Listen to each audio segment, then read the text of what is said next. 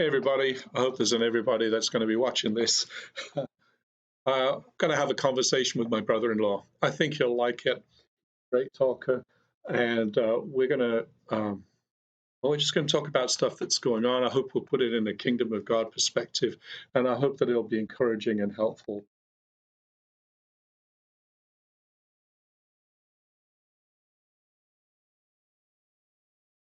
Oh, hey Mario, there you are. Hi, John. How are you? I'm doing great, thank you. This is Mario Paletto, my brother-in-law, and he's a good guy and loves the Lord. We're going to have a good conversation about all kinds of stuff. It seems, Mario, that we've both got lots of opinions about things, don't we? We do, and I hope the rest of Canada has as well. Yeah, I hope so. We'll find out maybe. All Yeah. right. So, the first thing I mentioned, let's put this in a Christian perspective. And I was thinking about this verse. Where does my help comes from? Uh, my hope comes from the Lord, the maker of heaven and earth. And so, all of this in the context of God is still God and God reigns supreme and God is over everything. And He is not fazed by all the turmoil that's going on, not just here in Canada, but around the world. He's still on the throne. He's still Lord, and our hope is still in Him. We'll have a bright future. Agreed? Oh, 100% agreed. Absolutely. Okay. As a matter of fact, you could even see that in the words of our own Constitution and Charter of Rights and Freedoms, right? We recognize the supremacy of God. Hello, and and let's start with that. Right. Recognizing Canada is a country founded on the principles of the supremacy of God. I like that. Yeah. And it's too bad that that's been kind of thrown out the window the last couple of years. Well, John, if I might add to that, there's wonderful scripture throughout the Bible about how they have taken His pasture as their own, Yeah. and I think that's just a wonderful example of what's taken place in the last, I would say, 50 years. People have learned to live without God, much to their own. I don't know what the word is. That's a Chagrin. loss. It's a loss, right? It's a huge loss. Absolutely, Yeah. absolutely. Yeah, I just think, look, sometimes, especially when I think about what happens in schools and what's going on with the children, and not even just in the last couple of years, but for a long time now, I've been thinking the kids have been robbed of so much. You know, when I was a kid uh, in school, we used to sing a hymn every morning. We used to Yeah, pray. And yeah, we did too. yeah, all the hymns that I've learned, or so many hymns that we sing today, I think I used to sing this in school. Yes, And public school. and it just hurts my heart sometimes when I think about how this has been taken away from children in the present day. Yeah, it Bugs has me. been. It has been. But you know, well, we just what's happened in this last several years anyway. We've seen popular culture stand on its own 2 feet, but fall flat on its face. Yeah, that's So right. here is, I think, a wonderful opportunity to reintroduce God and His Word, and let's just hold them both up and let's do a comparison. That's probably a subject for another debate. What I'm getting at is this, John. When we were in school, we were taught Jesus loves me, this I know, for the Bible tells me so. And I know many people will laugh at that, but what a way to start the day, that you are loved by God. Now Yeah. let's do reading, writing, and arithmetic. Instead, that has been replaced with, dare I say, critical race theory and all these other things that point the finger of blame Yeah, at had to certain. mention it. I'm sorry, John. I'm sorry, but It's okay. I think it's no comparison. I'd rather stand in the one camp than the other. Right. That's Yeah, right. But you got to stand for something, Mario, or you'll fall for anything, right? that's a fact. Yes, absolutely. Yeah. So Yeah. we were going to just touch on briefly the question of whether Christians should talk politics at all. What do you say about that?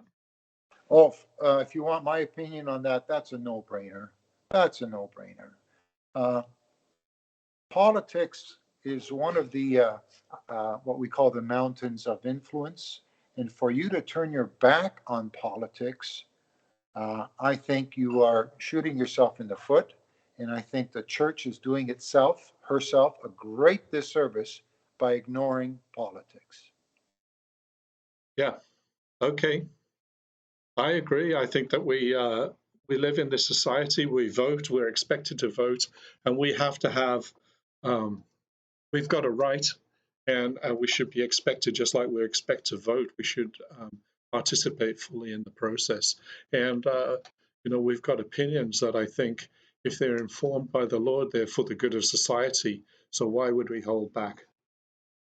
Yeah, Yeah. yeah, All yeah. right. We were going to talk. You haven't said anything controversial, John, for me to really start to get going here. You're making statements that I agree with wholeheartedly. So I don't know what kind of conversation we're having. Oh, hey, I'm not here to argue with you. I think that we think the same on a lot of these things, but we don't necessarily think the same as all the people out there who have maybe more influence and control than we do.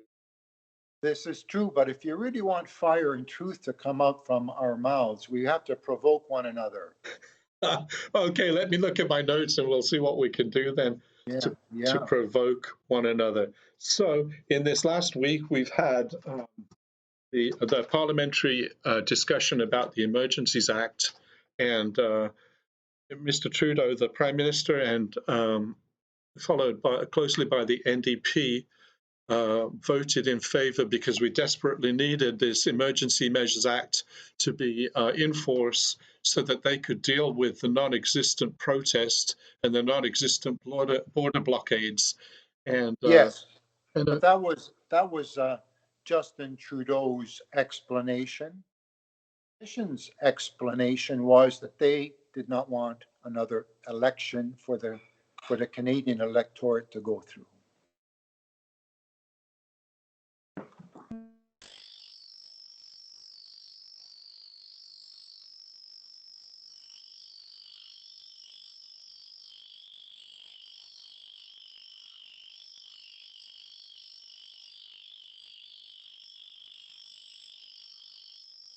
the situation changes and we don't need it anymore. But between Monday and Wednesday, nothing changed. Nothing changed Absolutely. at all. The facts of the matter, yes, that's true. Nothing has changed. The only thing that has changed is from the beginning of this invocation of the act was the seduction of Mr. Singh, who was seduced and induced into Mr. Trudeau's camp. And now, at the end of it, he was hung out to dry. So, you know what? Good on him. What do you Good mean on he was him left hung because out to dry? well, Trudeau invited him in and he said, yes, I'll join you. And then, without consultation with him, don't forget, Mr. Singh said, oh, we will agree to this to a point. We will True. withdraw at any moment. Mr. Trudeau did not give him that opportunity. He went and acted on his own without consulting Mr. Singh on the matter. When he cancelled it, you mean? Yes. Yeah, I get you. That's a good point. So yeah, he cancelled it just to save his butt, right? To save That's his right. And skin. Mr. Singh is standing there going, what happened? I mean, surely Singh must feel he looks like a fool because we knew they were going to support the Liberals. We knew they were going to vote in favour, that they were going to make it happen because Justin wanted it. And so they vote this thing in on Monday, and then Justin, to save his skin, because the Senate was going to vote no, and that would have shut it down. Actually, the Senate vote in this case would have actually put a stop to it if they had come to a vote. And Yes. so to kind of preempt that, we have this announcement, which he read somehow with a straight face, as though he was seriously meaning what he said. Announced that no, we're not going to do the Emergency Measures Act anymore because we just don't need it now. Well, he certainly knows how to act. That's obvious. He knows how to act. There's in my opinion, no substance there. It's all optics. He doesn't even do us the decency of listening to our concerns. He will not listen to us. He will perhaps give us the courtesy of waiting for our lament to stop, for us to stop making a statement, but then he'll carry on with his own agenda, looking up at a satellite in the sky and dictating to us what his thoughts are. He never listened to us in the first place. Right. The next thing, one of the things that really bugs me, let me just say first, I really like reading the comments section on various articles, usually, well, it doesn't matter what newspaper, but, it's great to read comments and sometimes be encouraged by what I see in the comments section from sane and rational thinking people. I agree, John. I agree, John. And listen, these are not only rational thinking people, they're clever, they're engaged, they are not disenfranchised like Mr. Trudeau is. And it's a wonderful thing to read their commentary. However, he's very interested in that himself, but he's just interested in the numbers and the polls. He's not interested in the commentary. Right, right. So often the comment section is better than the actual article Yes. that you read. So I've been thinking about the media and how um, most of the media, what's called legacy media, mainstream media, are fully on board with the Trudeau Liberal agenda and back it 100%. And so they'll, they were in fact over the week. Since the act was invoked and before the vote, they were fully on board because of the trucker terrorists and the cache of arms and all the things that they reported. And most of these things that they claimed were either wildly exaggerated misinformation or just out and out not true. And yet they've been fully on board and telling these stories for a week. And after the vote takes place in complete agreement, and then 2 days later, with nothing changed, nothing practically speaking changed, Trudeau decides, oh, we don't need the act anymore. And I just have this idea of the media coming to a screeching halt. You know, the tire noises and the dust coming up, and what do they do now? They've been on this particular trajectory. Are they suddenly going to change their tune as well and go against everything they've said for the last week? Oh, we don't need it anymore. Well, that may be interesting to see how that unfolds. But listen, history is loaded with glaring examples of what state owned media looks like. And here we are revisiting that once again.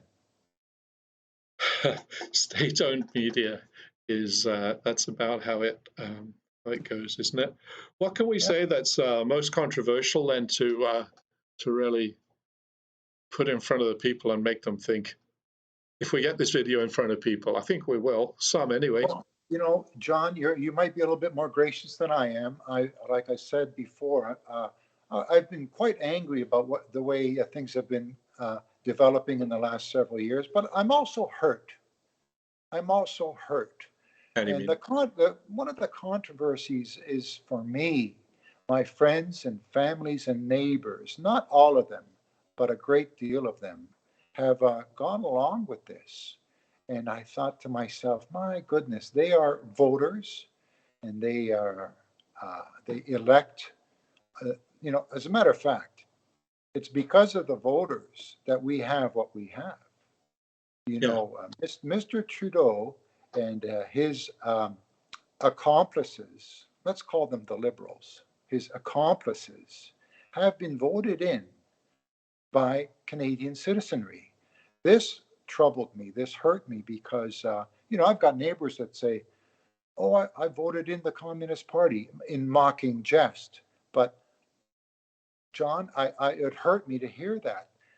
We've got hollow people that have put in place a hollow government. And I think to myself, where are the people of substance, the people of God that have abide by principles and precepts that are deep and established, and they work? Where are they? Where are they? We've got a very small percentage of the population that seems to be running the show, and the rest of them are indifferent or apathetic or I don't know what. But these people need to be awakened as to what has gone on, and then they need to take responsibility because a lot of this is on them. Yeah. Yeah, I think that's true. Although, I do like to keep reminding people that it was only, 32 or 33% of the voters who actually Yes. voted in and got this current government in place. It amazes me that with such a minority and a minority government in Parliament, that they somehow seem to keep accomplishing all these things, dictating, ruling by fiat, and imposing things on the population. As I say, with this minority, how does that work? How can that be? Well, It's if you look at the history of totalitarianism and how that works, that's probably what we're witnessing right now. Just a play-by-play of totalitarianism coming to rise, and apathy of the Canadian citizenry and their indifference. This is what gives rise to totalitarianism. We become a society implicit in its own combustion. Do you I, like that? I yeah, I like that one. Yeah. Um, I think that's true, though.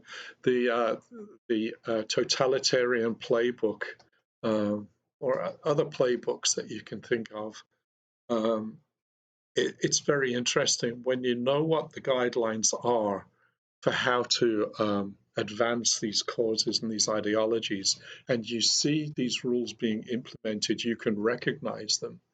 Oh, Um, I could recognize them from Justin Trudeau. He reads from the playbook. He right, has that's what I'm no saying. Yeah, independent, he does not think independently. He's an actor and he reads from the playbook. For yeah, example, uh, you know, right up until this act, and maybe even initially during the act, he read from a playbook from 2 years ago. We must have the vaccination. It is the only way out. Come on now, there are countries that are done with this, and he's still reading from a playbook from 2 years ago. well, the saying, Mario, never let a good crisis go to waste, right? That's right. And if you let it go to waste, create a new one, like they're Right. doing with Russia and Ukraine. All the attention is at the across the pond, looking at the potential war over there. Listen, we've got a war over here that we need to give our full attention to. Yeah. My son likes to kind of get his kids, and he'll go, look, a distraction, and they'll turn around and, Yes. look, a distraction. It only has to be something like that, and everybody turns that way. And Well, and it seems to work on kids very well. So what does that say for us? yeah, I know. We should wrap it up, Mario. Oh, oh, There's a lot to really? talk Okay. about, right? Well, we've Yeah, got, oh, we could talk all day, but listen, all the glory goes to God. That's for sure, because, you know, man, man is just his ability to make the left turn is too great. Do you know what I mean, John?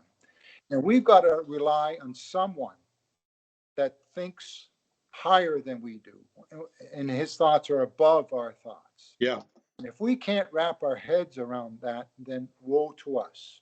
I'm agreeing, Mario. I'm Yeah. agree. Okay. Your Okay. kingdom come, your will be done, right? On earth as it is in heaven. Let's bring it. Come on now. And you know what? It'll be 10 times more fun than what we've endured in the last period of time. It's going to be so fun. I'm looking forward. We win, Okay, right? John. Yeah, absolutely. John, are we going to sign off now or? Yeah, I'm gonna cut you now completely, Okay. and I'm gonna Thank you say very much. goodbye. It's been a pleasure. Thank you. It's great. We've got to do it again, right? We will, certainly. I'm sure there's more, and we'll probably get more fiery the next time we do it. I think we could talk for the next 100 hours, and I think we'll only have to cut about 10 minutes of it. You are optimistic. Hey, bless you, Mario. Thank you. Thanks for God doing bless. this. Bye bye. Bye. Okay, everybody. So that's it. We're going to go. It's. I hope you got something out of this. I just feel like somebody has to stand up and speak and say what needs to be said. I want to encourage you. You can stand too. Take your position on the wall. Take up your position as a watchman. let's stand. Let's be the church united. You don't have to be the church to take a stand for this country, but I feel like the church should stand, and maybe hasn't to the extent that we could over the last couple of years and the last 50 years. You get the idea, right? Okay, bless you, everybody, and goodbye.